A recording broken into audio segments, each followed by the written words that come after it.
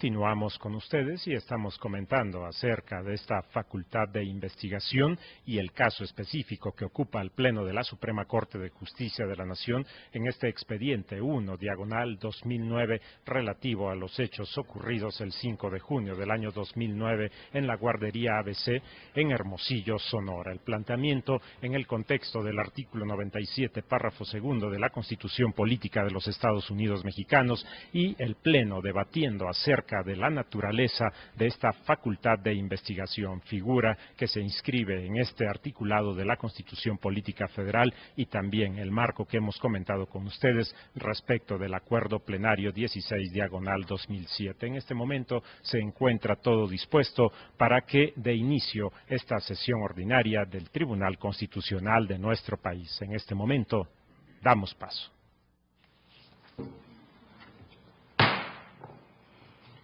Se abre la sesión. Antes de declarar agotada la sesión de hoy en la mañana, le pidieron la palabra a los señores ministros y a continuación don Sergio Valls. En ese orden les daré la palabra, señor ministro. Gracias, señor presidente. Señoras y señores ministros, previo a entrar en las consideraciones del caso, el proyecto contiene una elocuente consideración en la que caracteriza o perfila las funciones normativas y políticas de la Facultad de Investigación de la Suprema Corte. Se trata de una consideración que para lo anterior parte de distinguirla de las funciones que cumplen otros medios de protección de derechos humanos y armonizarlo con las demás facultades jurisdiccionales que tiene la Corte. Sin embargo, más que alguna frase en específico, la línea general que inspira ese texto y ciertas afirmaciones que se hacen en esa caracterización, me parece no son pertinentes y o no guardan consistencia con lo que este tribunal ha entendido que le faculta el artículo 97 de unos años a la fecha. En general, me parece que el texto tiene como ánimo justificar, o más bien legitimar a la Suprema Corte de Justicia de la Nación para hacer reproches y señalamientos públicos de malos funcionarios por razones de ética, moral y política, y esto no me parece que es así. La Corte es un tribunal de derecho que, como tal, debe ser imparcial y objetivo y basar sus decisiones en la ley, mirando por la tutela de los derechos del ser humano, pero no mirando ni basándose en la moral de cada quien o en la moral de las mayorías o en una ética política, porque no es eso lo propio de su resorte. Además, se conceptualiza a la facultad de investigación como una medida a tal grado extrema que parecería que para ser procedente realizar una investigación de esa naturaleza tiene que estarse en una situación sumamente extrema, cuando todo lo demás ha fallado. Esto torna aún más inalcanzable y ejercitable el ejercicio de esta facultad. En este orden de ideas, hay que señalar varios conceptos recurrentes en el discurso que, me parece, no son acordes con la conceptualización de este tribunal, en recientes precedentes y en el acuerdo general autorreglamentario de esta facultad. Ha entendido que es la atribución del artículo 97. Claro está, de ninguna manera se supone al afirmar lo anterior que el tribunal no pueda ir transitando hacia distintos conceptos de su propia atribución, pero sí tendría que justificarse de modo muy explícito por qué hacerlo. En ese sentido, hay que destacar varios aspectos. Primero, la insistente referencia a la ética, a la moral y a la política. Y segundo, la recurrente referencia a responsabilidades. Y tercero, la repetida referencia a reparaciones que habrán de darse a través de esta facultad.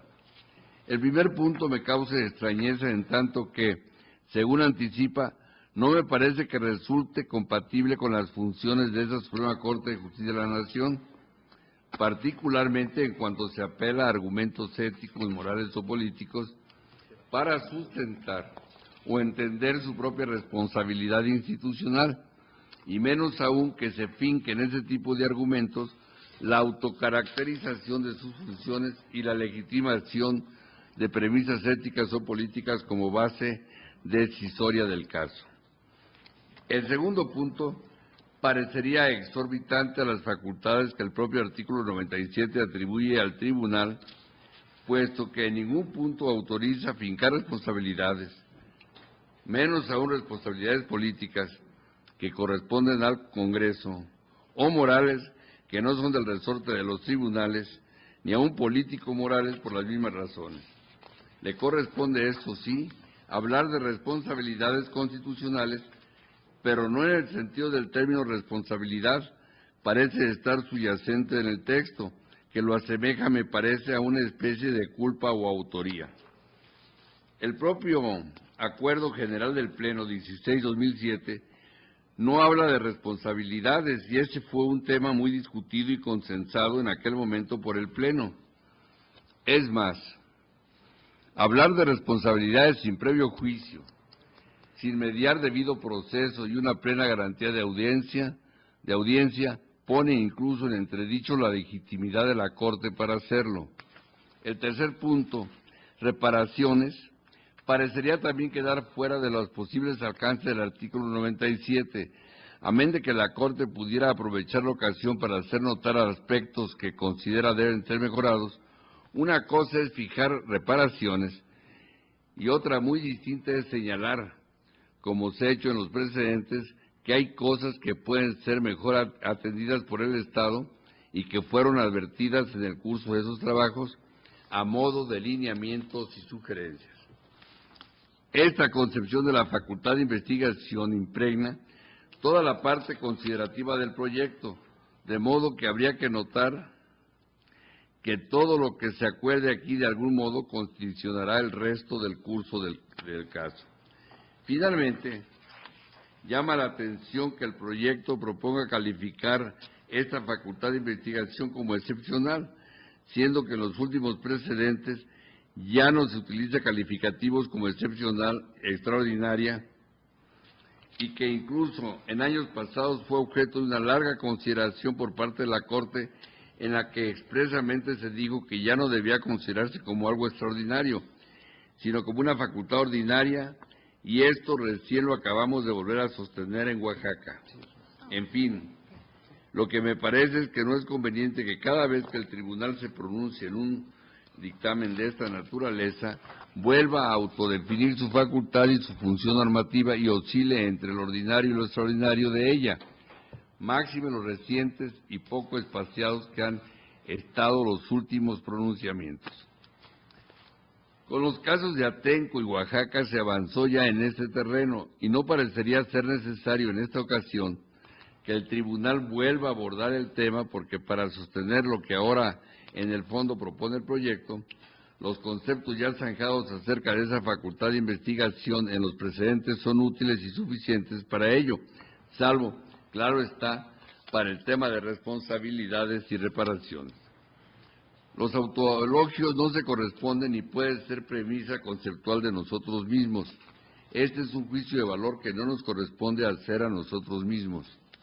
En esta tesitura comparto algunas de las afirmaciones que se hacen en esta consideración, particularmente acerca de la función normativa de esta facultad, pero no con todos los alcances que le asigna el proyecto. Hago salvedades acerca de muchas afirmaciones y conceptualizaciones que están vacías en esta consideración. Gracias, presidente. Señor ministro Valls. Muchas gracias, señor presidente. Señoras ministras, señores ministros, me referiré exclusivamente a la naturaleza de la facultad de investigación. En el dictamen que nos propone el señor ministro Saldívar, se hacen una serie de argumentaciones acerca de la naturaleza de la facultad de investigación de hechos que constituyan violaciones graves de garantías individuales, contenida en el artículo 97 de la Constitución Federal. No comparto lo afirmado en ese sentido, pues en primer lugar la Corte ha definido ya ese aspecto, sobre todo a partir de las últimas facultades, como lo acaba de decir el señor ministro Udiño Pelayo, en las últimas facultades de investigación que hemos conocido, como son los casos de Lidia Cacho, de Atenco y de Oaxaca, en los que se ha discutido ampliamente la naturaleza y fines y el numeral 97 constitucional, cuestión que en el dictamen que se presenta no se toma en consideración, sino que se afirma que es menester definir tales aspectos y de ahí se hace una interpretación totalmente novedosa al respecto. Precisado lo anterior, y que no me parece de menor intensidad, pues insisto, la naturaleza ya ha sido definida por este Pleno, sin que se advierta entonces la necesidad, como dice el proyecto, de hacerlo nuevamente.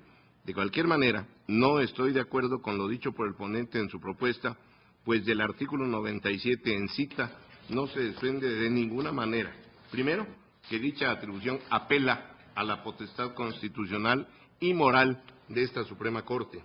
Segundo, que este tribunal, conforme al nuevo régimen democrático, sea un garante supremo, revestido de la mayor autoridad constitucional, política y moral, por lo que bajo ese nuevo paradigma debe entenderse a la facultad de investigación como una facultad de carácter extraordinario que debe atender a dos circunstancias: a la gravedad en la violación de los derechos fundamentales y a la insuficiencia de los medios ordinarios para hacer frente a dichas violaciones.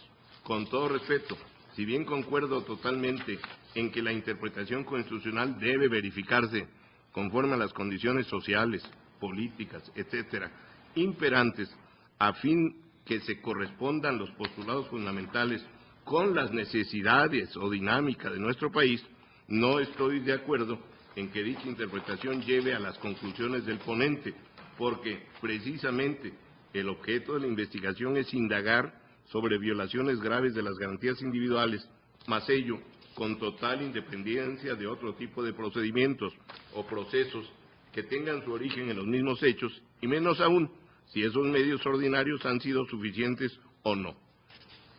Se trata de mecanismos totalmente diversos y excluyentes entre sí, dada su naturaleza y consecuencias o efectos. Así pues, la Corte no tiene un papel de autoridad jerárquicamente superior frente a las demás instituciones o respecto de sus resultados, que la obligue, por tanto, a actuar para subsanar lo que, al parecer, no se hubiera cumplido.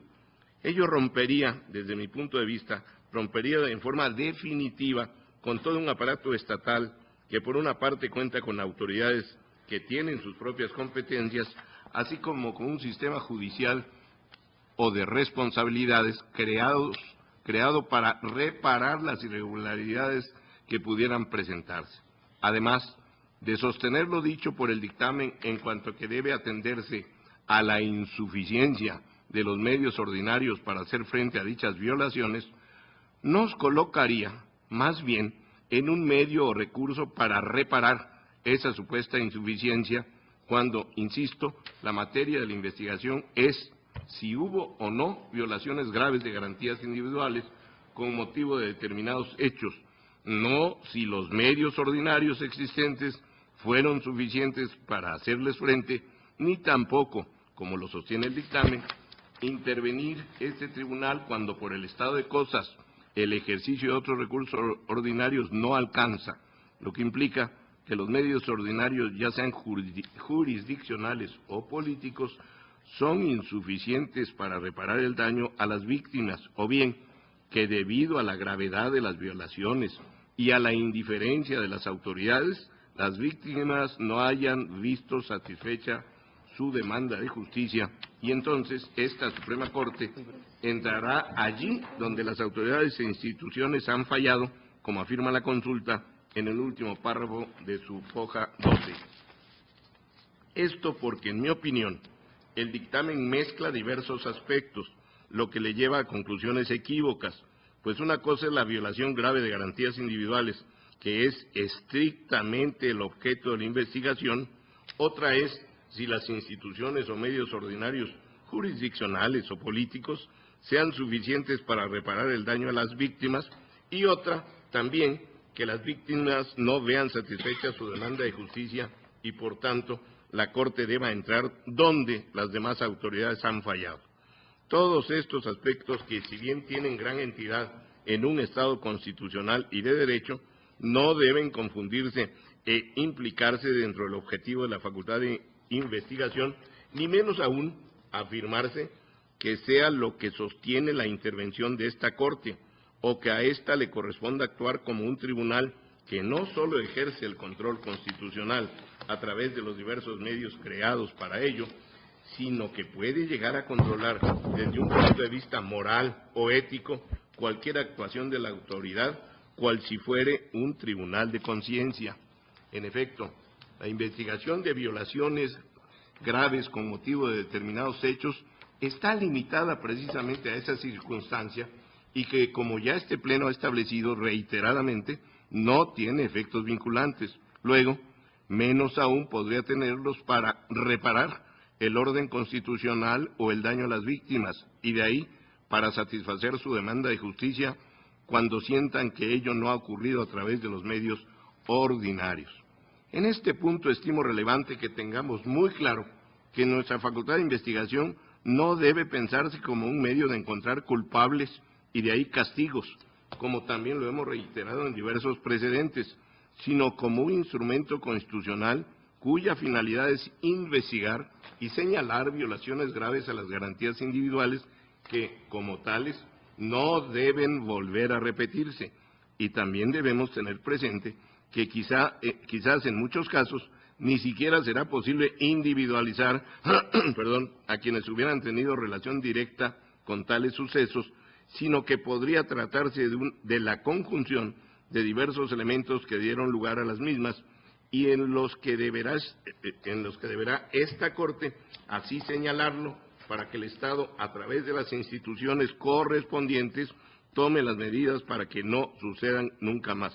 Por tanto, si indirectamente nuestros pronunciamientos en estos casos dan lugar a que dentro de los ámbitos competenciales correspondientes se sigan procedimientos de responsabilidad penal, civil, administrativa o incluso política, es algo que no entra en la finalidad de la investigación y que toca decidir en otros ámbitos estatales distintos a esta Suprema Corte.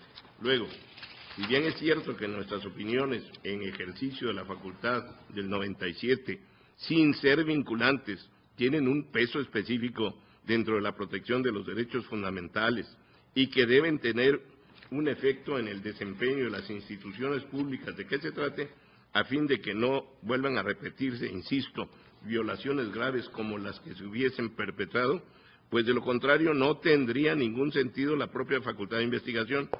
Ello no se traduce en que la Corte, como si fuera un responsable subsidiario, actúe para reparar los daños o las fallas en las instancias de gobierno respecto a las víctimas de tales violaciones. Por tanto, no comparto lo dicho en el dictamen en este punto concreto. Muchas gracias, señor presidente. El señor ministro Silva Mesa y la señora ministra Sánchez Cordero informaron a esta presidencia que reservan su participación para el día de mañana en la mañana.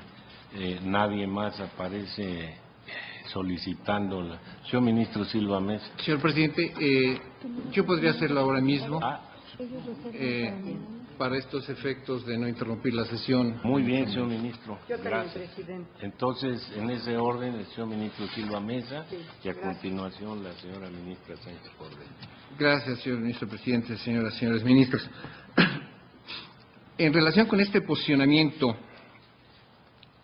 con este tema de la propuesta del proyecto, esto es en relación con la naturaleza de la facultad de investigación, yo habré de decir que en esencia estoy de acuerdo con la propuesta que nos hace el señor ministro ponente. Y lo estoy porque también considero que el ejercicio de esta potestad constitucional es extraordinario, así lo he venido considerando.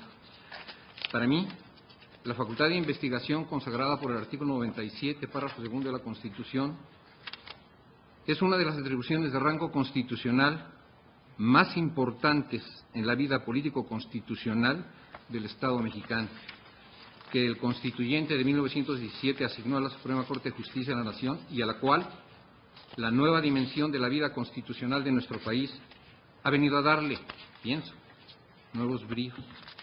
De hecho, hoy tenemos más razones frente a las voces que incluso cuestionan su existencia constitucional para conservarla en el entramado de nuestra Constitución y para su puesta en aplicación. Las últimas investigaciones desahogadas en la Suprema Corte de Justicia, en ejercicio de esta atribución, han brindado la oportunidad para que la Corte ensanche, por así decirlo, la orientación jurisprudencial que tiene el país en relación con los alcances de esta facultad consagrada en el artículo 97, párrafo segundo de la Constitución Política de los Estados Unidos Mexicanos.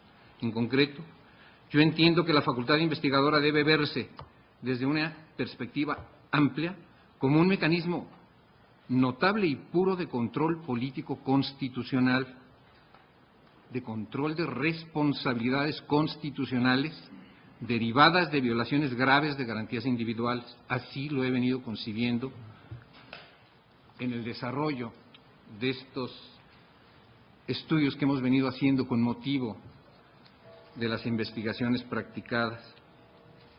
A través del ejercicio de esta atribución, la Suprema Corte puede vigilar que los distintos órdenes y órganos del Estado cumplan con la que es quizá su labor capital, mantener intactos los derechos fundamentales entendidos como garantías individuales que la Constitución Política de los Estados Unidos Mexicanos otorga a todos los individuos en el territorio nacional. Además, con dicho ejercicio, la Corte puede, y lo hace, fortalecer la división de poderes, la democratización del país, pero sobre todo responde a la sociedad que quiere contar con todos los mecanismos que protejan sus garantías individuales de las acciones desbordadas del Estado. Vista de este otro modo, es cierto, esta atribución no debe confundirse con las funciones ordinarias que la Constitución dispone para otros órganos. Debe quedar claro, el ejercicio de la facultad de investigación, en su ejercicio, la Corte no persigue delitos ni finca directamente responsabilidades civiles, políticas o administrativas, no desahoga litigio alguno y, lo que es más importante, tampoco ejerce su imperio para condenar o absolver judicialmente a persona alguna. Todo esto corresponde a las autoridades y órganos ordinarios. No, el ejercicio de dicha facultad consagrada en el artículo 97 tiene otra entidad. Sirve para que la Corte, entendida como el tribunal más alto del país, emita declaraciones y haga pronunciamientos sobre responsabilidades político-constitucionales con la fuerza de la importancia moral, sí, moral y política, que el órgano tiene en el entramado jurídico y social de la nación, que no es poca cosa.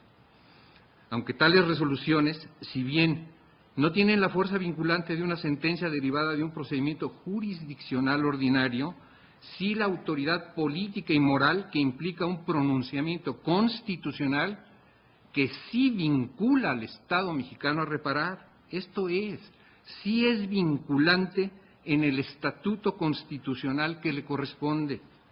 Desde este punto de vista, la facultad de investigación sirve para hacer valer el principio de que responsabilidad y reparación son conceptos inseparables. El uso de la facultad de investigación tiene como objetivo proteger a los individuos de los actos desbordados de algún órgano de gobierno. El ejercicio de la facultad de investigación tendrá la fuerza vinculante que en un Estado de Derecho y desde la perspectiva constitucional produzca tal pronunciamiento por provenir de quien proviene, generando obligaciones y derechos a la reparación de las violaciones comprobadas y el señalamiento de los responsables, en tanto responsabilidad de Estado. La facultad investigadora de la Suprema Corte de Justicia es parte de un sistema integral de protección de derechos humanos diseñado desde la ley fundamental, no como una atribución aislada y disfuncional. De hecho, la facultad investigadora de la Corte representa un verdadero instrumento reparatorio de violaciones que no se contrapone a la existencia de otros más comunes, como puede serlo incluso el juicio de amparo. En este sentido, el contenido del artículo 97, párrafo segundo, puede armonizarse con muchos preceptos constitucionales. Es precisamente esa armonización la que me lleva a pensar que, como lo detallaré más adelante, si bien la declaración que emite la Suprema Corte de Justicia de la Nación al resolver sobre los dictámenes que se le presentan no es ejecutable, pero sí vinculante. Me parece que la perspectiva desde la cual el proyecto enfoca el asunto, esto es, como un mecanismo de protección de derechos fundamentales en un Estado constitucional de derecho, es la correcta. Además, Esta es justamente la línea de interpretación que he utilizado en ocasiones anteriores para tratar de explicar mi concepción de la naturaleza de esta atribución constitucional. El sentido constitucional que preocupa al ministro ponente tiene que ver con cosas que a mí también me preocupan, como es la lectura integral de la Constitución. No se trata de que todo en la Constitución tenga sentido, sino de entender que la función suprema de esta Corte es construir, caso a caso, el sentido de la Constitución. Es justamente esto lo que demuestra el carácter fundamental de esta atribución. A lo largo de los años de existencia de la novena época, el entendimiento que de esta facultad tenemos ha evolucionado, lo cual demuestra que, al igual que el resto de la Constitución, es materia viva a partir de las interpretaciones que realiza la Suprema Corte. Ahora bien, participar en el desarrollo de esta atribución me ha permitido llegar a la convicción de que la facultad establecida en el artículo 97 representa, como decía, un mecanismo de control político constitucional. Así, también coincido con esta categorización que el dictamen nos ofrece. Estoy de acuerdo con que el carácter extraordinario de la facultad de investigación atiende a la gravedad de la violación de derechos fundamentales y a la insuficiencia de los medios ordinarios para hacer frente a dichas violaciones. Con independencia de la gravedad de los hechos que se identificaron como violaciones de derechos en los casos de Aguas Blancas, Puebla, Atenco y Oaxaca, nadie puede dudar que este caso reviste, sin hacer pronunciamiento alguno sobre los derechos violados o la gravedad de esa violación, una gravedad extrema. Murieron 49 niños y la calidad de vida de otros 100 de ellos, así como la de sus familiares, fue afectada para siempre. Estos hechos adquieren un peso inconmensurable si pensamos que esto ocurrió bajo la custodia del Estado mexicano. Por otra parte, expreso mi acuerdo en que los medios ordinarios no son suficientes para enfrentar este problema. Insisto en la tesis de que la facultad de investigación es una vía constitucionalmente válida para determinar violaciones graves a los derechos humanos, para establecer mecanismos de reparación como lo son el conocimiento de la verdad, puesta en marcha de mecanismos de justicia ordinaria y de mecanismos que le aseguren a la nación que hechos como estos no volverán a ocurrir. Me parece evidente que la magnitud de la tragedia demuestra que las instituciones relacionadas con el asunto fueron rebasadas, lo que hace inevitable la intervención de la Suprema Corte en este caso. Ahora bien, y dicho respetuosamente, algunos compañeros han expresado un juicio moral consistente en reprobar que se considere a este tribunal como investido de autoridad moral. En consonancia con el dictamen, doy mi opinión al respecto. La autoridad moral de la Suprema Corte de Justicia de la Nación es de la Suprema Corte de Justicia de la Nación, no de sus miembros en lo individual. En este sentido, la Constitución es clara. La Suprema Corte de Justicia se compone con 11 ministros funcionando en pleno o en salas. Es solo cuando está integrada que la Corte existe constitucionalmente. La autoridad moral de la Suprema Corte deviene no de la novena época de la integración actual del Tribunal Pleno, sino del papel que este Tribunal Máximo ha jugado en la historia del país. Así, la autoridad moral pertenece al órgano, no a sus miembros. ¿Estaríamos dispuestos a admitir que es democráticamente posible impartir justicia como última instancia sin contar con solvencia moral? Al margen de los vaivenes, caprichos e ilusiones de la política, la Corte cumple con una función fundamental para la sociedad. Es el anclaje constitucional de la nación. Negarse a reconocer a la Suprema Corte de Justicia autoridad moral no es conveniente. Así, al señalar lo que la Constitución establece, la Suprema Corte de Justicia de la Nación dice el derecho, pero también dice las convenciones morales básicas que ordenan a la sociedad que habitamos. En otras palabras, la Constitución y, por lo tanto, todo el sistema jurídico se sostiene en convenciones morales que nos permiten vivir en comunidad. Creer que la Constitución no tiene un contenido moral significa vaciarla de contenido, relativizarla en términos morales. Negar la autoridad moral de la Suprema Corte en relación con su papel como intérprete de la Constitución es un contrasentido. Si la última autoridad moral de decir lo que dice la Constitución no está en la Suprema Corte de Justicia de la Nación, entonces, ¿en quién está? Siguiendo el argumento de aquellos que se oponen a este reconocimiento, parecía que nadie, lo cual destruye la base valorativa que sostiene al régimen constitucional. Así, La facultad de investigación constituye una atribución por la cual es posible efectuar un control de la actuación política irregular de los servidores públicos, que redunda en una violación grave de derechos fundamentales, situación que es de enorme envergadura. La facultad de investigación es un medio de control de responsabilidad política en virtud del cual se pretende reparar la actuación irregular de los servidores que propicia la violación grave de derechos humanos ante la extrema debilidad de la rendición de cuentas y la consecuente impunidad de dichos actos. De esta forma, la facultad de investigación pretende poner al descubierto la transgresión al orden político constitucional por parte de la autoridad o autoridades que han actuado contra los principios constitucionales de soberanía, representatividad, democracia, división de poderes, estructura política del Estado y supremacía de la Constitución, entre otras, violando con ello garantías individuales. Por ello, desde mi perspectiva, la atribución consagrada en el artículo 97, como dije, es un medio de control de responsabilidad política de los servidores públicos. La protección efectiva de los derechos fundamentales exige la construcción de un poder político responsable que actúe con respeto pleno a las disposiciones constitucionales y que, además, establezca y respete un sistema de tribunales e instituciones auxiliares para dirimir conflictos respecto a esos derechos. Al inicio señalé que, aunque la facultad de investigación no sea ejecutable, sí es vinculante. Es vinculante porque tiene sentido constitucional que el país sepa, a la luz del artículo 6 de la Constitución, con absoluta transparencia y rendición de cuentas, lo que ocurrió.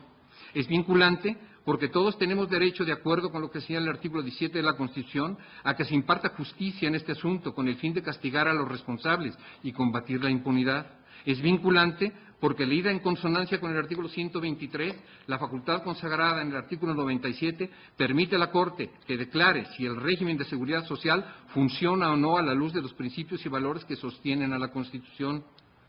Por último, puede decirse que el resultado de la facultad de investigación es vinculante porque el artículo 97, párrafo segundo de la Constitución Política de los Estados Unidos Mexicanos, debe leerse en conjunto con el artículo 89, fracción 12 del propio texto constitucional, el cual establece la facultad y la obligación del Presidente de la República para facilitar al Poder Judicial los auxilios que necesite para el ejercicio expedito de sus funciones.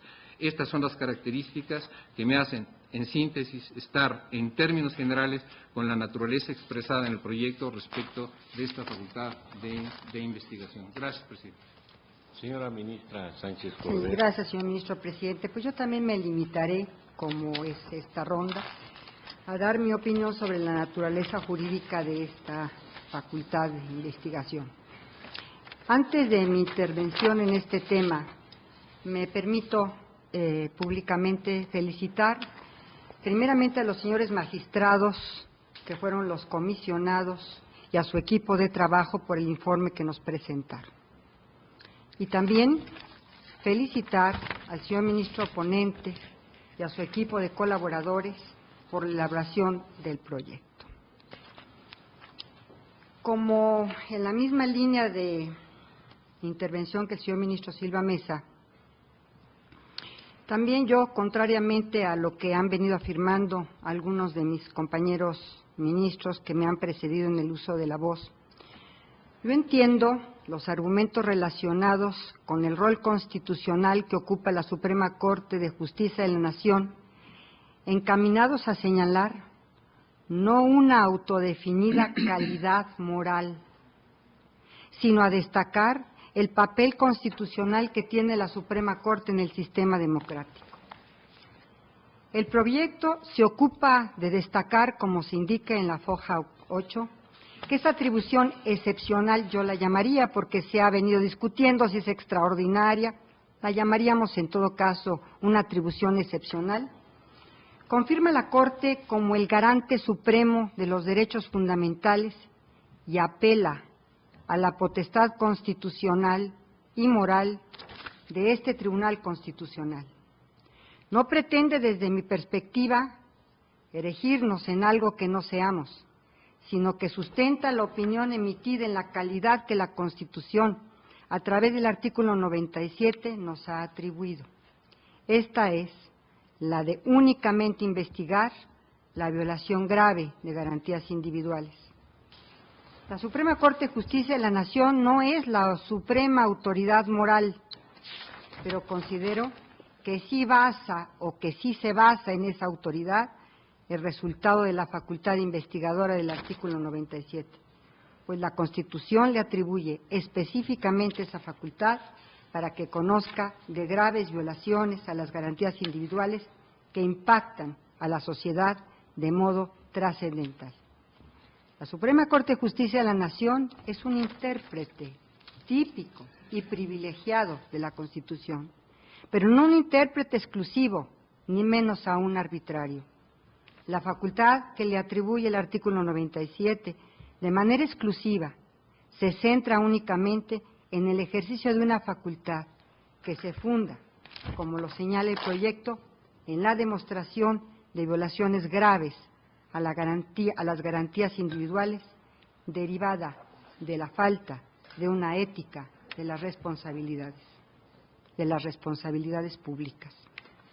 Esta ética, sustancialmente diferente a la ética privada, a la moral, en el sentido que se ha venido entendiendo, encuentra su fundamento en los valores y principios contenidos en la Constitución y, por tanto, las responsabilidades derivadas de esa deficiencia vienen de la propia Constitución, de su fuerza normativa y son completamente diferentes a otro tipo de responsabilidades. Esta facultad, que ciertamente en diversas ocasiones nos ha puesto ante el dilema de determinar responsabilidades o autoridades involucradas, si se quiere, sin que existieran reglas precisas, demuestra que su ejercicio ha ido determinando la manera en que se han establecido las responsabilidades constitucionales, nunca penales, nunca administrativas, nunca políticas.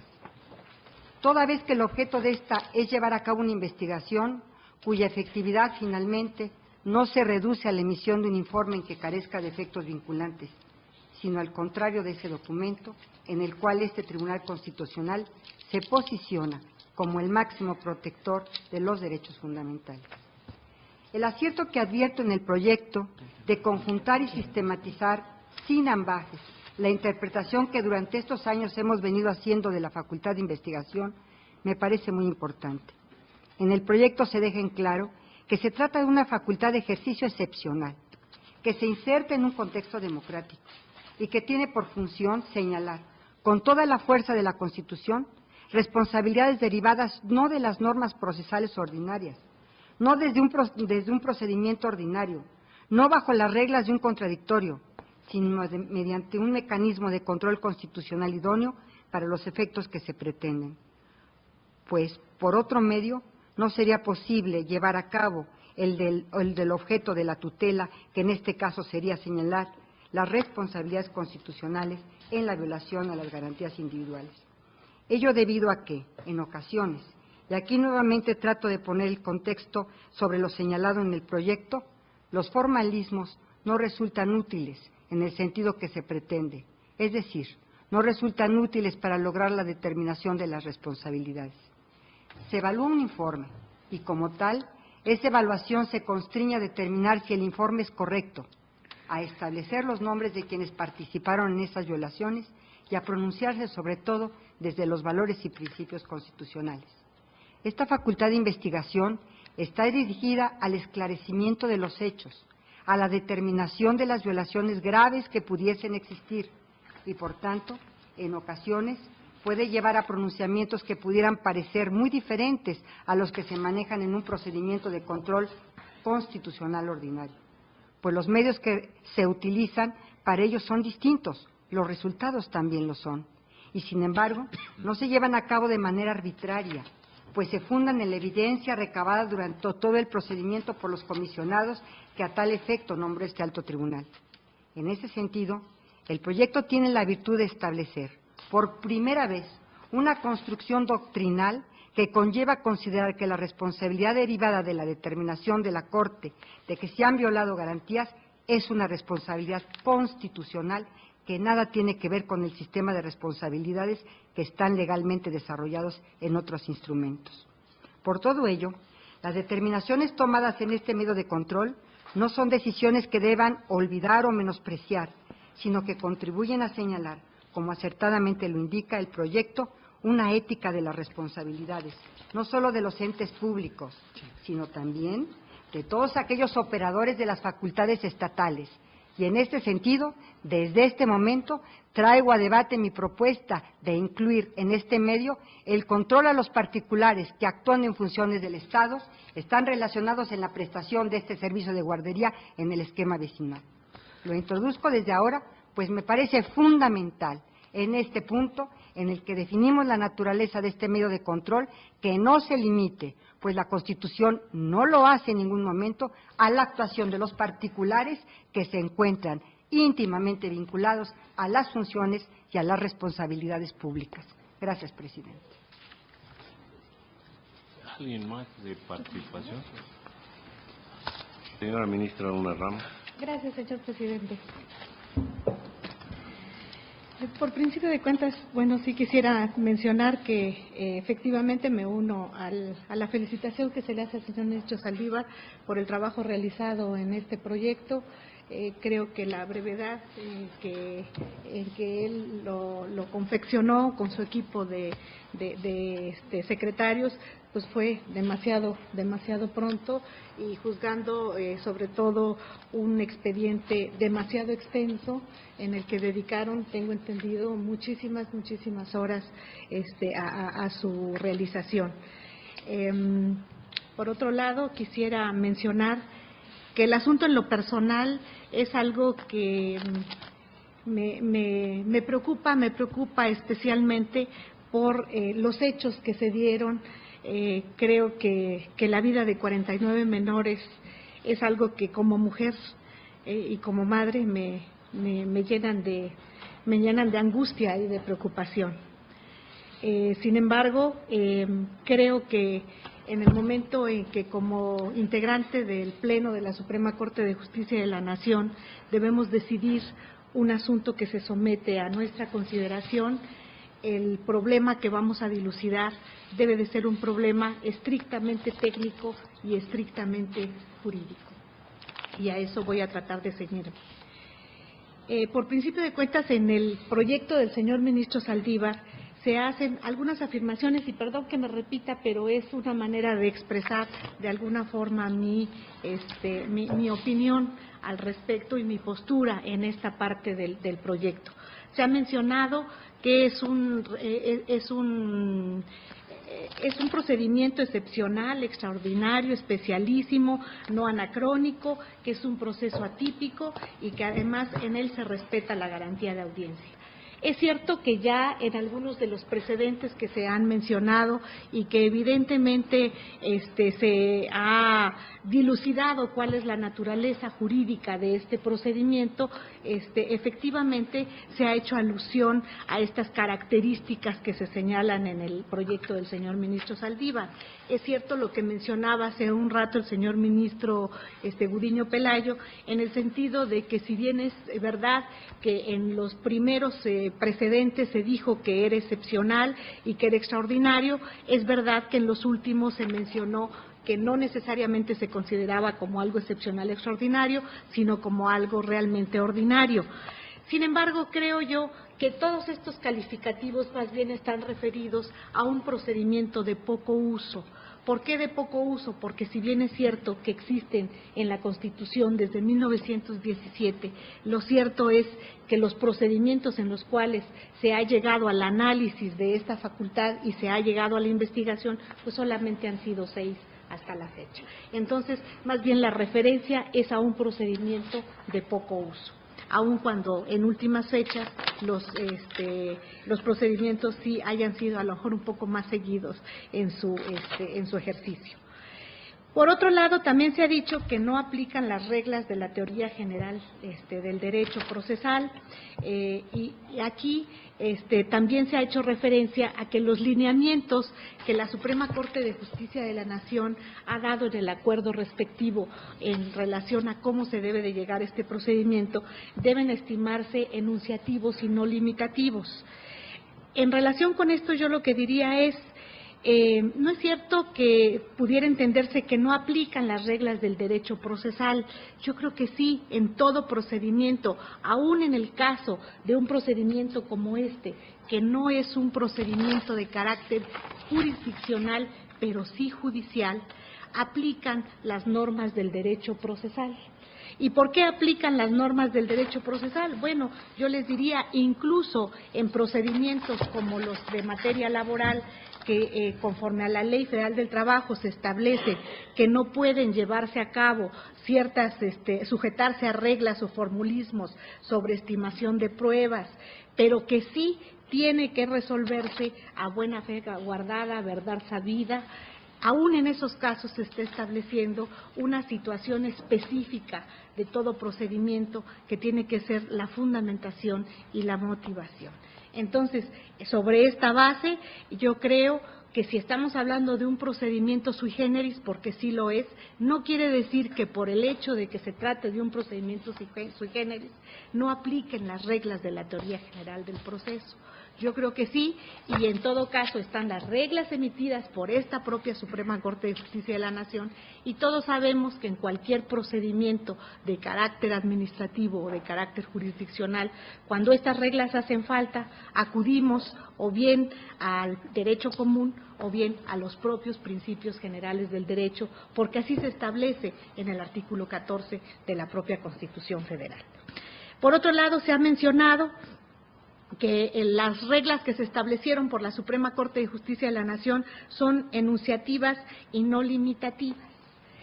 Yo creo que sí, son enunciativas porque al final de cuentas se estableció un procedimiento tratando de seguir ciertos parámetros en el que se diera cierta equidad a quienes participan en este procedimiento, pero tampoco puede entenderse en el sentido de que son ilimitadas. Esto creo yo que es algo, una connotación que no podemos darle a este procedimiento, y así se ha expresado la Suprema Corte de Justicia de la Nación en diversas tesis de jurisprudencia en las que ha manifestado que la facultad de investigación prevista en el artículo 97 del párrafo que ya hemos señalado, la imposibilidad constitucional de otorgar valor probatorio, por ejemplo, a determinadas grabaciones. ¿Por qué razón? Porque las prohíbe expresamente el párrafo 9 del artículo 16 constitucional, y porque este propio párrafo está estableciendo cuáles son las reglas para llegarlas exclusivamente a los procedimientos en materia penal. Entonces, sí hay reglas de derecho procesal que debemos aplicar también a este tipo de procedimientos, y había otra tesis que también el señor ministro Aguirre Anguiano leyó en su participación relacionada con la prueba presuncional, de tal manera que, si bien es cierto que coincido en que estas reglas dadas por la Suprema Corte de Justicia de la Nación son enunciativas y no limitativas, tampoco son ilimitadas. Tienen que someterse a la propia Constitución, a las reglas dadas por la Corte, a los principios generales del derecho y, desde luego, al derecho común en su caso. Por otro lado, también se ha mencionado que el proyecto está determinando que la Suprema Corte de Justicia de la Nación está establecida como un sitial en la Constitución en el que su decisión tiene un peso político y un peso moral. Si nosotros entendemos político como a la manera o a la disciplina encargada del estudio de estas actividades, que de alguna manera tiene la posibilidad de tener como finalidad el llevar a cabo ciertas actividades para lograr un objetivo, pues sí, entonces la Suprema Corte de Justicia de la Nación está desarrollando una actividad de tipo político, porque precisamente el objetivo de su función es precisamente la función jurisdiccional, y en este caso la función de investigación, de acuerdo a lo establecido en el artículo 97 constitucional. Si nos estamos refiriendo a que esto debe entenderse como un peso político en materia de responsabilidad, ahí sí diferiría rotundamente de lo expresado en el proyecto. ¿Por qué razón? Porque de todas maneras nosotros tenemos la idea de que cuando hablamos ya de una responsabilidad, está establecida esta en la Constitución. Por principio de cuentas tenemos que pensar que el artículo 97 en ningún momento se está refiriendo a que esta facultad de investigación sea una facultad relacionada con responsabilidad. El artículo 97 constitucional en realidad lo que está determinando es que estamos en presencia de una investigación de ciertos hechos que pudieran resultar violatorios de garantías de manera grave. ¿Para qué? Para que en un momento dado se dé a conocer esta situación a las autoridades competentes de quiénes fueron las que estuvieron involucradas en la comisión de estos hechos, pero exclusivamente para eso. No se está refiriendo de ninguna manera a ninguna clase de responsabilidad el artículo 97. Y si nosotros acudimos a la jurisprudencia de la Suprema Corte de Justicia de la Nación en materia de responsabilidad, pues tenemos tesis que nos están manifestando de manera específica en la que se determina que las responsabilidades de los funcionarios públicos están perfectamente identificadas como la responsabilidad política, la responsabilidad civil, la responsabilidad administrativa y la responsabilidad penal. Si nos referimos a la responsabilidad política, esta está a cargo de manera perfectamente delimitada en la Constitución, en los artículos 109 y 110 constitucionales, en que precisamente como facultad exclusiva del Congreso de la Unión. De tal manera que si nos estamos refiriendo a este tipo de responsabilidad, estaríamos invadiendo facultades que la Suprema Corte de Justicia no tiene y que están encargadas de manera específica al Congreso de la Unión. Y a las otras, el proyecto ha hecho la diferenciación específica, que no debemos confundirlas porque se trata de otro tipo de responsabilidades. Por otro lado, bueno, podemos también señalar que hace relativamente poco tiempo hubo una reforma constitucional en la que se estableció una variante de responsabilidad administrativa, que es la responsabilidad patrimonial del Estado, en la que efectivamente puede repetirse al funcionario público, pero estamos hablando de una variante de responsabilidad administrativa que tuvo como consecuencia la derogación del artículo 1927 del Código Civil, que antes se consideraba como tal.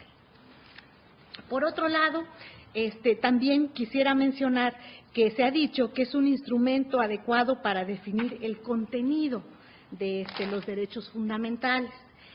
Yo en este sentido quisiera mencionar que también en algunos de los precedentes que ya han sido motivo del análisis de esta facultad de investigación, esta Suprema Corte de Justicia de la Nación ha determinado que sí, que en alguna parte cuando se determina si hay o no violación a garantías, hay que darle contenido a esa violación. En mi opinión, yo además diría, el contenido de las garantías individuales está perfectamente delimitado en la propia Constitución. Lo único que tendríamos que hacer es adaptarlas o en todo momento aplicarlas al caso concreto para poder determinar si efectivamente existe o no este tipo de violación.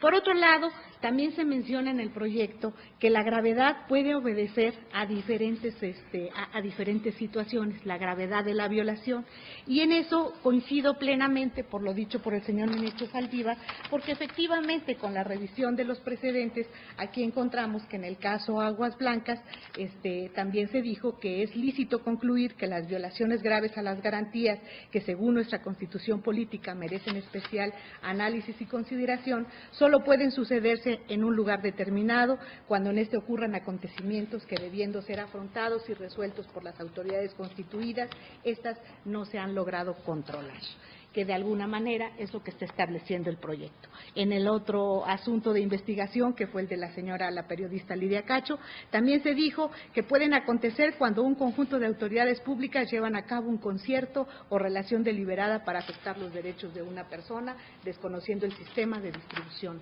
de competencias.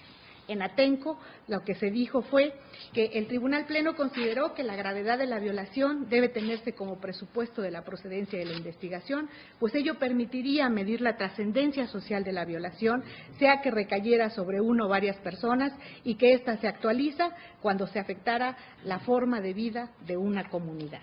Y la última, la más reciente, que ha sido la de Oaxaca, en esta se dijo que el Estado, a través de las autoridades constituidas, debe asegurar un mínimo vital a los individuos.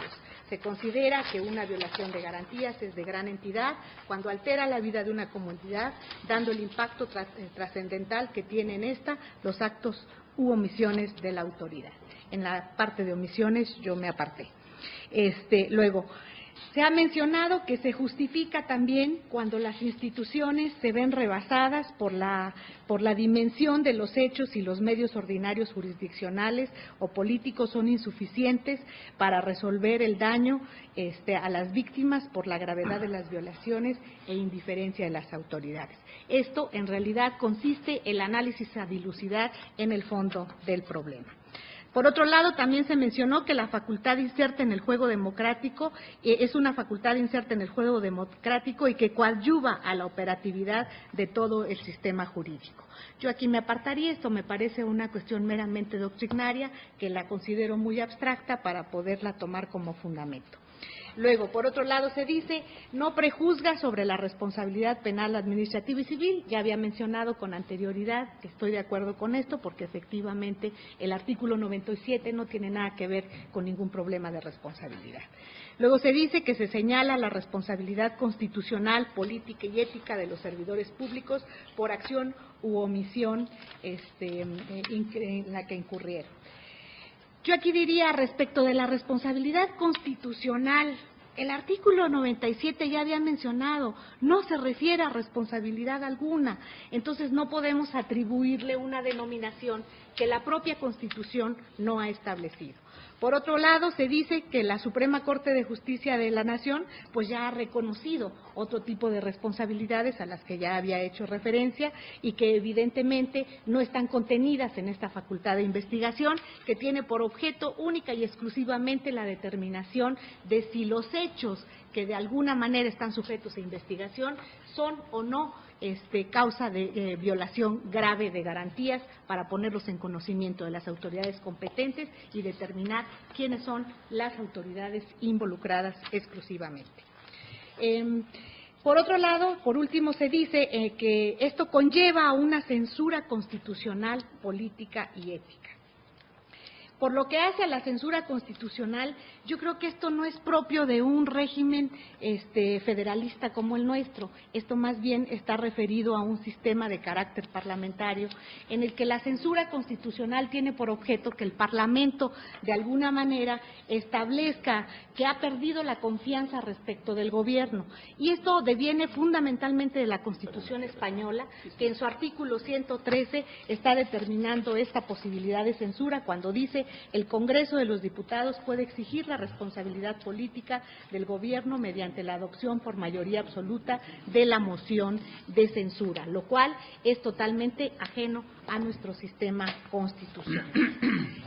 Por otro lado, también se determinó que este tribunal podría establecer esta censura no solamente desde el punto de vista político al que ya me referí, sino también al principio ético, sino aquí yo lo único que diría es: no puede, como ya lo han manifestado algunos de los señores ministros, la Suprema Corte de Justicia de la Nación erigirse como un tribunal constitucional de carácter ético. Yo creo que la Suprema Corte de Justicia de la Nación es el tribunal constitucional de nuestro país. No escapa a mi consideración que dentro de los postulados de la propia Constitución pudieran encontrarse, desde luego, valores de carácter ético, principios de esta misma naturaleza, en los cuales de alguna manera pudieran estar determinados este tipo de valores. Sin embargo, no son precisamente los valores éticos los que tiene que juzgar la Suprema Corte de Justicia de la Nación, sino simple y sencillamente las determinaciones establecidas en nuestra Constitución, en la forma en que ellas se hayan establecido, aun cuando se establezcan como normas, como principios o como valores de carácter ético. Por estas razones, yo me apartaría de este considerando del proyecto, en el que sí considero que se le está dando un viraje de alguna manera distinto a una interpretación distinta a esta facultad de investigación, en la que además se determina como un llamado a la sociedad y a las autoridades para un cambio de paradigma, en el que se tenga una nueva cultura jurídica, una nueva cultura política, porque considero que tampoco está dentro de las funciones de la Suprema Corte de Justicia de la Nación ni el dar orientaciones, ni el dar consejos, ni el determinar cuál va a ser la política del país, ni en un momento dado determinar cómo deben comportarse las autoridades. La Corte está para juzgar de manera específica, a través de la Constitución y las leyes específicas, los procesos cuya facultad se encuentra perfectamente establecida y delimitada, y hacer este juzgamiento desde el punto de vista jurídico en la materia específica de su competencia. Muchísimas gracias, señor presidente. Señor ministro, don Fernando Franco. Gracias, señor presidente, por la determinación de este pleno. Me veo en la necesidad de presentar mi posicionamiento en el presente caso. Lo primero que quiero hacer es un reconocimiento al ministro Saldívar, quien se hizo cargo de este caso y nos presenta un proyecto conforme a sus convicciones constitucionales y personales y merece todo el respeto. En segundo lugar, me sumo a quienes han comentado que este caso nos presenta una situación verdaderamente lamentable, dramática, por lo que ha representado para los padres de 105 niños afectados y para la sociedad en su conjunto. Y consecuentemente yo también he sostenido que esta Suprema Corte debe analizar los casos en sus méritos. Y en ese sentido creo que, como algún otro ministro ha señalado, evidentemente tiene que tener características y matices respecto de los anteriores que hemos conocido. No obstante ello, yo quiero señalar que me sumo a las consideraciones que los ministros han hecho respecto a las afirmaciones del alcance de la facultad de investigación. Yo he sostenido en ocasiones anteriores mi posición claramente, no solo en las sesiones, sino en votos que obran al alcance de cualquier persona que los quiera consultar. Y consecuentemente a ello me atengo, porque estoy convencido, después de escuchar todos los razonamientos que se han hecho, que para mí siguen siendo válidos. Yo sí creo que la facultad es una facultad extraordinaria, pero la entiendo extraordinaria porque no encuadra en el resto de las facultades que tienen los tribunales constitucionales, en particular la Suprema Corte de Justicia de la Nación. Así lo reconoce el proyecto expresamente, a fojas 11, en donde señala que esto no se compadece con el resto de los tribunales constitucionales. Es una facultad exclusiva de la Suprema Corte. Por otro lado, a mí me preocupa una expresión, y a eso me quiero centrar, en donde dice que el objetivo primero y último de un tribunal constitucional radica en la protección de los derechos fundamentales de los individuos. A mí me parece que, por supuesto, esto es uno de las finalidades fundamentales de cualquier tribunal constitucional. Pero los tribunales constitucionales se ocupan de muchas otras cosas, y yo he sostenido que nuestra principal finalidad es respaldar la vigencia plena de la Constitución en su conjunto. Consecuentemente, estoy de acuerdo con aquellos que se han manifestado en contra de ciertas afirmaciones que se hacen en el proyecto, porque estimo que, por muy plausible que sea la búsqueda de la justicia, este Tribunal Constitucional no puede dejar de contemplar a lo que la obliga la Constitución, y así lo he sostenido reiteradamente. Entre otras cuestiones, nos dimos reglas precisamente pensando en que teníamos que buscar un equilibrio en el ejercicio de esta facultad para que todos tuvieran certeza de cómo se desarrolla y se desahoga en cada caso el trabajo de este tribunal. En segundo lugar, me parece que los derechos fundamentales son de todos los involucrados, no nada más de una parte, y este tribunal tiene obligación de equilibrar esa parte dentro del proceso. En tercer lugar, me parece que este tribunal, si bien comparto la opinión como declaración de que en estos casos tiene que apoyarse en una cierta autoridad moral, esa autoridad moral necesariamente la tiene que basar en juicios jurídicos apoyados en el marco constitucional que nos rige. No podría ser de otra manera. Me sumo a quienes han hecho reservas o inclusive se han manifestado en contra de que afirmemos que este tribunal puede resolver de manera política. sería desnaturalizar la función de un tribunal constitucional. Esa es mi opinión. Y finalmente también lo hemos discutido. Creo que este tribunal no podría llegar a sustituirse al resto del sistema jurídico nacional y de las instituciones que lo conforman.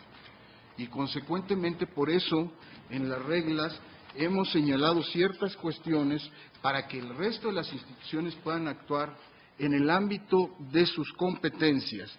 Me parece que si aquí responsabilizáramos políticamente, como lo señala el proyecto, a servidores públicos que conforme a la Constitución pueden ser sujetos de esa responsabilidad constitucional, ¿verdad?, difícilmente habrá argumentos para decir que no debe someterse al procedimiento y ser sancionado si ya la Suprema Corte se pronunció al respecto. Esto lo he dicho en todas las ocasiones en que hemos discutido este tema.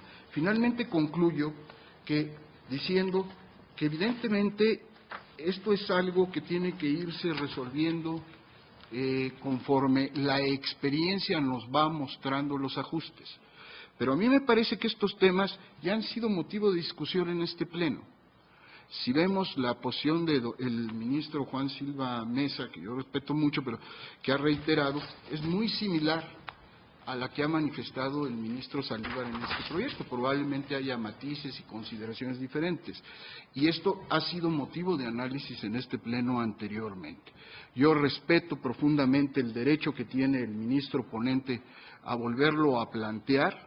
Me parece que tiene todo el derecho de hacerlo y este Tribunal Constitucional tiene la obligación de analizar las cuestiones planteadas en el proyecto, pero no obstante ello, yo señalo que mantendré la opinión que he manifestado en las ocasiones anteriores y, por tanto, me separo de este proyecto en esta parte. Gracias. Si me permiten, las señoras y señores ministros, daré mi punto de vista también en este preciso tema. Dice el proyecto que nos propone un nuevo paradigma, una nueva forma de entender la facultad de investigación que nos confiere el artículo 97 de la Constitución, y se dice que debe entenderse como un nuevo paradigma del derecho procesal constitucional. En este punto concuerdo con el señor ministro Aguirre Anguiano. Se trata de una facultad sustantiva y no de carácter procesal. La manera de llevar a cabo el ejercicio de esta facultad la desarrolló este honorable Pleno a través de un acuerdo mediante el cual señalamos los pasos a seguir. A partir del cual, de este nuevo paradigma, se ha creado un sistema integral para la protección de la Constitución, por lo que su subsistencia puede explicarse debido a que cumple una función distinta y privilegiada diferente de los demás medios jurisdiccionales. Estoy de acuerdo, no es un medio jurisdiccional, no actuamos como jueces, no actuamos como Ministerio Público, dijo el señor ministro ponente en la exposición del tema. Y esta facultad extraordinaria lleva a concebir a este tribunal como un garante supremo, revestido de la mayor autoridad constitucional, política y moral.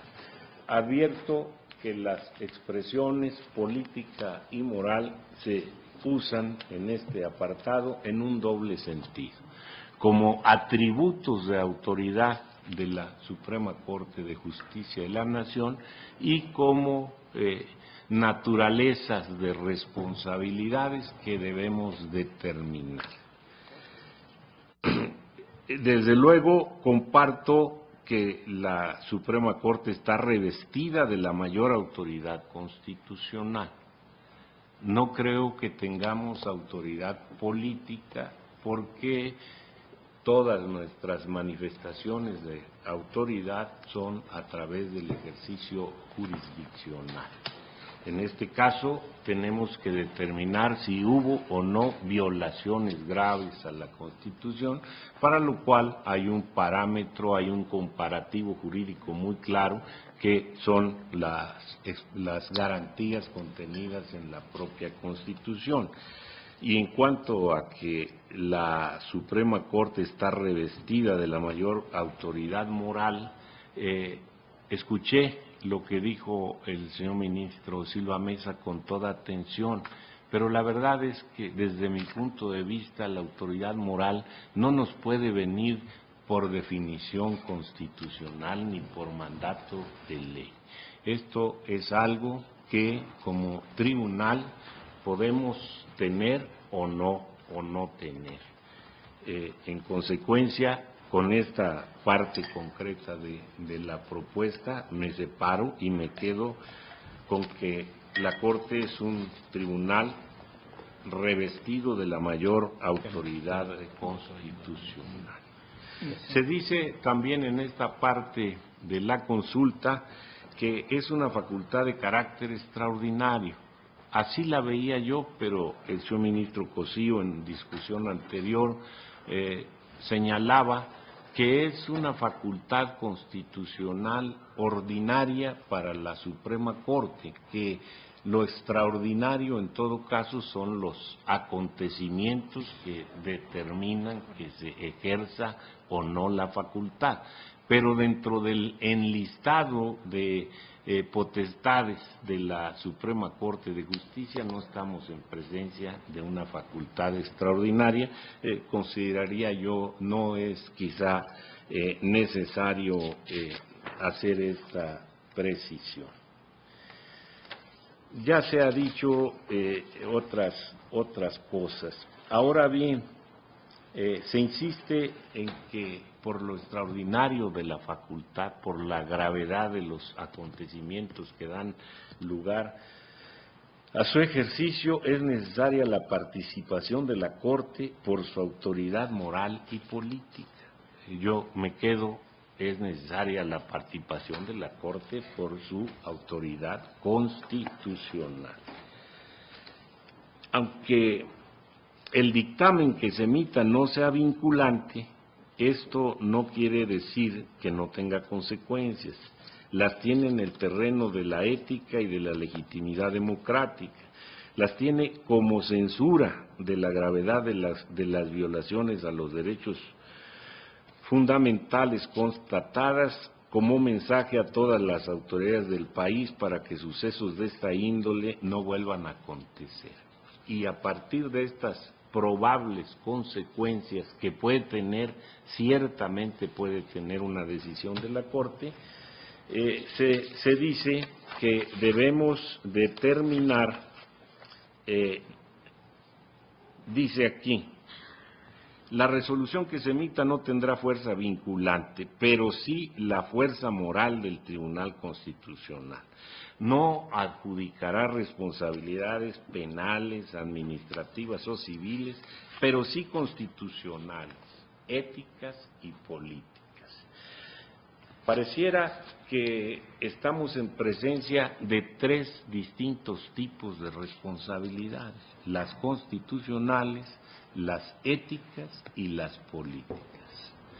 Sin embargo, a la hora de determinar a los servidores públicos involucrados en la grave violación de garantías individuales, que desde mi punto de vista sí se da, sí hay grave violación de garantías individuales, no se hace un deslinde de a quién se le finca una responsabilidad constitucional, a quién se le finca una responsabilidad política y a quién se le censura únicamente desde el punto de vista de la ética.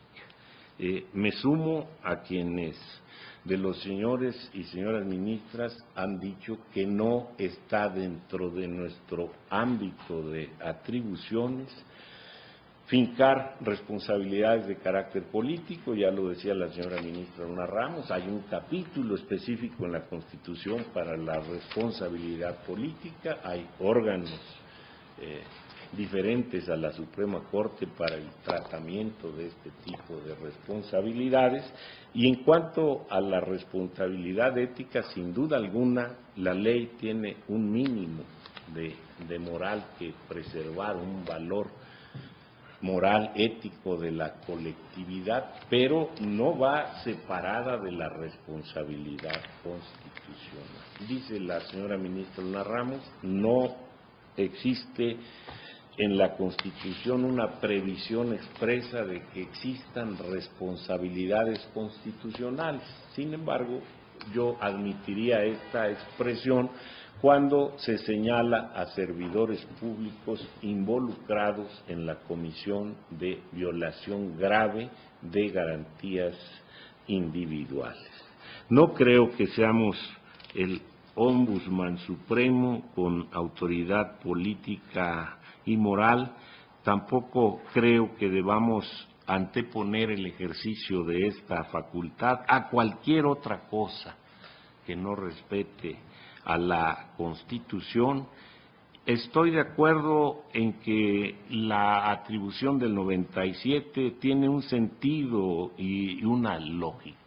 Estoy de acuerdo en que actuemos con energía, pero no sin respetar los principios jurídicos que nosotros mismos nos dimos para determinar el alcance del ejercicio de esta atribución. Entre tanto, no haya una ley reglamentaria del Congreso de la Unión, creo que el respeto de nuestro acuerdo sobre el trámite, la designación de involucrados y la naturaleza de las violaciones graves de garantías individuales es a lo que debemos atender. Por tanto, con los matices que he expresado, yo aceptaría considerando con la supresión de estas referencias, algo muy parecido entiendo que fue la posición del señor ministro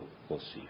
Con esto hemos terminado una primera ronda de exposiciones que son propiamente de posicionamiento en torno al problema, pero no debemos quedar en esto. Ya el señor ministro Cosío me ha pedido la palabra para una segunda intervención y el ministro ponente quedó de esperar a que termináramos todos de hablar para tener una ocasión más amplia de pronunciamiento. Señor ministro Cosío, por favor.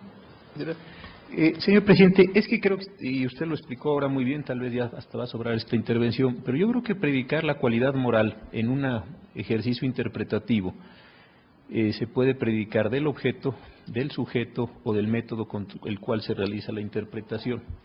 Me parece que no hay ninguna dificultad en que nosotros aceptemos que el objeto Constitución tiene una cualidad y una característica moral. Parecería un sinsentido que esto lo pudiéramos sustentar después de una larga evolución del constitucionalismo y el hecho de que nuestra Constitución forme parte de esta corriente cultural que se viene conformando al menos hace 200 años. También me parece sumamente difícil suponer que no existe una interpretación moral de la Constitución o que muchos de nosotros tenemos distintas interpretaciones de esa característica. Creo que el problema central radica no entonces en el objeto o en el método, sino en predicar del sujeto una característica moral por el solo hecho de tener a su cargo la interpretación de la Constitución. Yo decía que a mí me parece que el prestigio es algo que se gana, es algo que se construye, es algo que la sociedad le asigna a uno, como otros muchos valores como la amistad, el compañerismo, la lealtad, etcétera. Y resulta sumamente complicado que uno se autoasigne esa calidad, porque desde esa calidad, y decía yo, puede suceder que hasta con cierta arrogancia uno mire a los demás. Creo que este es el punto central en el cual nos hemos opuesto muchos de nosotros al proyecto. Yo encuentro que si esta condición de la autoasignación moral de la Suprema Corte de Justicia, insisto, solo por ser Suprema Corte de Justicia la tenemos, yo creo que nosotros estaríamos colocándonos en una situación francamente delicada. Creo que allí sí cometeríamos inclusive y, como se decía tradicionalmente, hasta un pecado de soberbia. En segundo lugar, la cuestión que también me parece, donde hemos incidido casi todos nosotros, es en que la intervención es subsidiaria, cuando todo lo demás ha fallado. Yo francamente tampoco puedo aceptar esto. ¿Por qué razón? Porque lo demás puede estarse realizando y ser tan grave los hechos que nosotros tengamos que intervenir, no cuando todo haya terminado, sino cuando las cosas se estén realizando con independencia del momento en que se está. Creo que amarrar o dejarnos limitados a que intervengamos cuando lo demás haya fallado, yo creo que es simple y sencillamente claudicar de una posibilidad de intervención en un determinado momento concreto. Tal vez alrededor de estas dos cuestiones estén los principales temas. Y la tercera, se decía también con el problema de la vinculación. Yo creo que ninguno de nosotros hemos negado, y solamente a eso se ha referido el ministro Silva Mesa, como si los demás hubiéramos negado el problema de la vinculación a las decisiones. Yo creo que hay una fuerte carga de vinculación. Hemos visto que en muchas de las actuaciones que ha tenido esta Suprema Corte desde el caso Aguas Blancas, las autoridades han respondido y han acatado estas decisiones. Creo que ahí tampoco hay una cuestión que ninguno de nosotros haya planteado, que si las autoridades nos hacen más, menos caso, etcétera, pues ese no es, me parece, el tema. No hay una obligatoriedad jurídica en el sentido fuerte de decir que ante su incumplimiento se van a disparar algún conjunto de mecanismos sancionatorios, pero sí me parece que hay una fuerte vinculación en el sentido de que se está emitiendo un pronunciamiento precisamente con base en elementos jurídicos y normativos apreciados por la Suprema Corte y no a partir de conjeturas morales de un órgano que se predica o se autoasigna a sí mismo esa calidad o esa función. Creo que con estos elementos, señor presidente, y siendo un considerando de gran importancia para el resto del desarrollo, tal vez yo, en el ánimo de construir una solución más semejante, se podría presentar también una solución alternativa por parte del señor ministro ponente. Para información del Pleno, han pedido el uso de la voz el señor ministro Saldívar, el señor ministro Valls y el señor ministro Silva Mesa. En ese orden, señor. Yo prefiero esperarme, señor presidente. Gracias, señor ministro Valls. Gracias, señor presidente. Solamente para hacer una precisión. Desde luego, la tarea que desempeña la Corte en el ejercicio de la facultad de investigación es de gran trascendencia en un Estado constitucional como el nuestro. En lo que yo no estoy de acuerdo es en la naturaleza que le asigna el señor ministro ponente al ejercicio de esta facultad. Desde luego que no podemos ir más allá de nuestro marco constitucional, ni tampoco aludir a otro tipo de consideraciones como se hacen en el proyecto. Solamente eso quería yo precisar, señor presidente. Muchas gracias.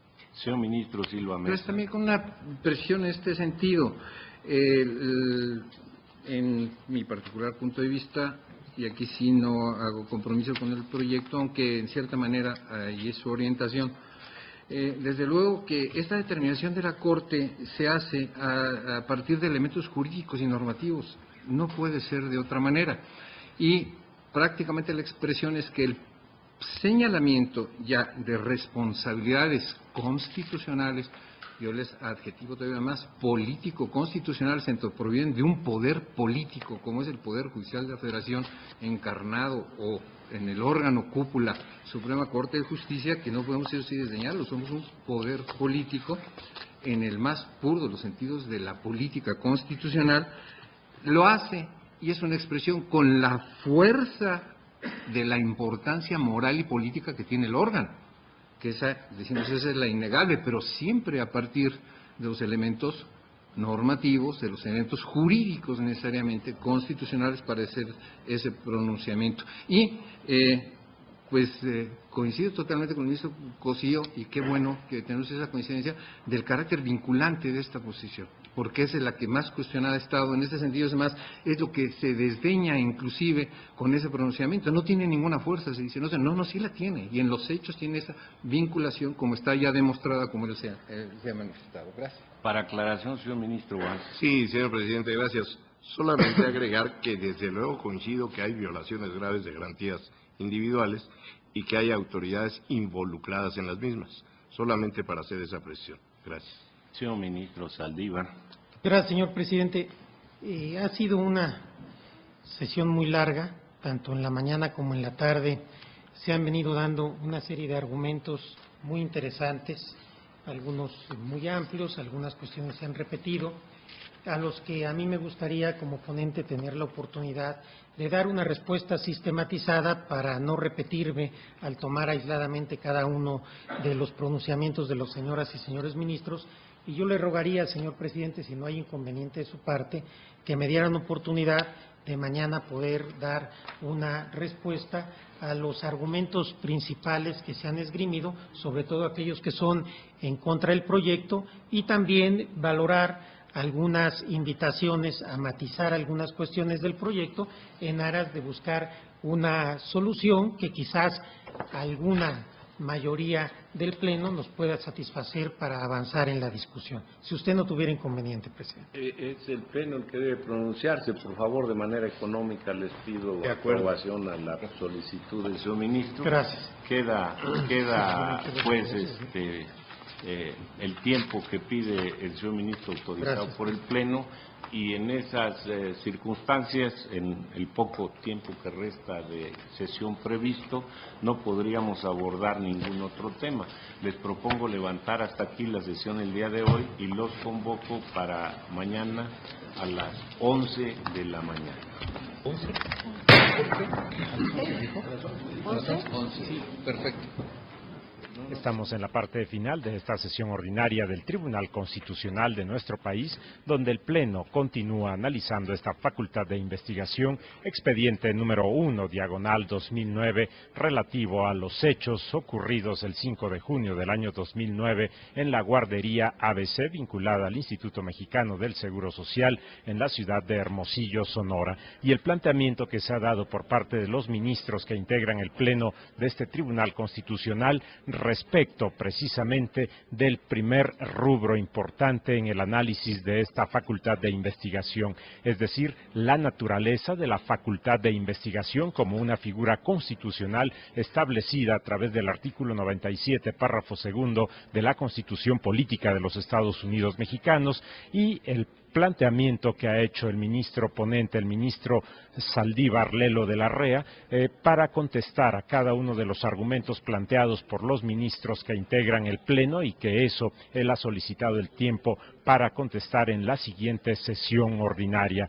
Ello podremos observarlo en la siguiente sesión del Pleno de la Suprema Corte de Justicia de la Nación. Y agradecemos a todos ustedes la atención a su programa El Pleno en Vivo, invitándoles para que en punto de las 9 de la noche puedan dar seguimiento a aspectos de estas sesiones del Pleno de la Suprema Corte en lo que es ADN Noticias, Acceso Directo Noticias, en punto de las 9 de la noche. Y a las 9 de la noche con 45 minutos la repetición de estas sesiones del Pleno de la Suprema Corte de Justicia de la Nación con este expediente número 1, diagonal 2009, facultad de investigación. Se despide José de Jesús Cruz y Baja. Mil gracias.